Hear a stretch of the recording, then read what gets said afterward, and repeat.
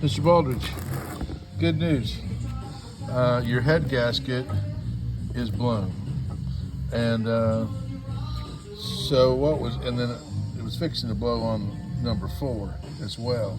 But it's blown between number 1 and number 2, and between number 2 and number 3, and it was fixing to blow between number 4 and number 5. Now, reason we couldn't get compression is because on this particular engine,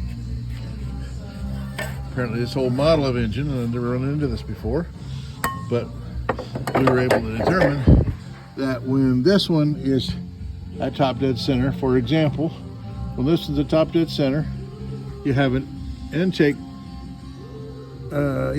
valve open on number 2 and an intake valve open on number 1. So what was happening is while this was in compression, while this number 3 cylinder was coming up, the air was just blowing right back out through the intake. No, that's an intake and that's an exhaust. The small ones are exhaust, the large ones are intakes, because there's more pressure pushing the exhaust out than there is. You only got 14.7 psi pushing air in when the intake goes open. So now, and the other thing that was happening is then while number 2 was in compression, you had open valves on number 1 and number 3. And then while number 1 was in compression, open valves on 2 and 3. So that's the reason we couldn't build compression. Usually if you can't get compression on 2 cylinders and the 2 cylinders are adjacent, you can just put a spark plug in, you can get pressure.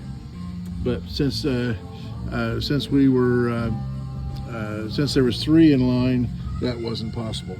All right, so anyhow, so that's good news.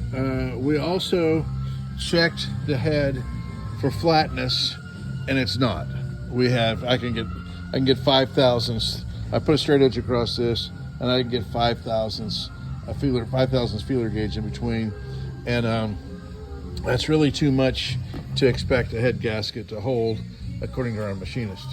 And I'd heard that you need about 3/1000ths.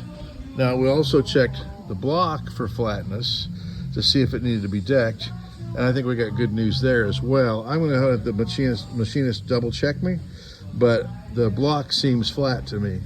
I couldn't get my smallest feeler gauge is 1.5/1000ths. I could get it through in one spot, and so I think so that if we don't have to deck the block, in other words, machine it flat, then we won't have to disassemble the engine, because we have to disassemble the engine if we're making metal shavings, of course. So we would have to disassemble the engine. So, but it looks like we're not going to have to disassemble the engine, which means I'm not going to need a new set of rings, and I'm not going to need a new set of bearings, and I'm not going to need a whole new gasket set. All I'm going to need is one gasket. That's what it looks like right now. We're going to double check that. This is going to the machine shop in the morning, and he'll check it tomorrow morning, and then hopefully, if we need to get it the head shaved, which means it's flattened, make it a perfect flat surface. If we need to get that done, we'll have that done first thing in the morning. Now, probably in addition to the water pump impeller being missing or whatever, or tore up, I haven't opened it up to see if which is the case, which we'll do in a few minutes. But in addition to that, the heat, the other thing that can affect you and can affect the head gasket is this engine.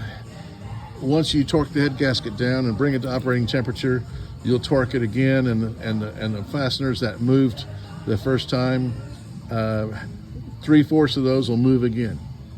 The 3/4 of your fasteners will move. Actually, when we retorqued this before taking it apart, when we torqued this, all but 2 fasteners moved. So here's the deal. This will have to be retorqued every time you use it for any length of time and bring it to operating temperature. This will have to be retorqued until no fasteners moved. move. So it's kind of like, if you will, I'll give you an example. You retorque, 3/4 of the fasteners move. Okay, you run it again, you come back, 3/4 of the fasteners that moved the last time you torqued it, 3/4 of those fasteners will move. So now you're down to 3/4 and 3/4 are moving. And then you run it again, and you have 3/4 of 3/4 of 3/4. You know, basically you have a smaller number of fasteners every time until finally nothing moves. And then I still wouldn't trust it. Once I would torque it, I would check the torque 2 or 3 times before I'm satisfied that everything is done compressing as far as it's going to compress. So anyhow, that's the story and that is the story on the head gasket. That's head gasket. That happens with every inline 6, whether it's a K or an M or a W. That happens on all of them. And I don't know, there's probably somebody that knows why, but we just know that that's the case, and we've seen it over and over again. And so if this one hadn't been retorqued, that also led to this failure, but obviously the heat was not good for it, as you can see. But it turns out it didn't damage the block any.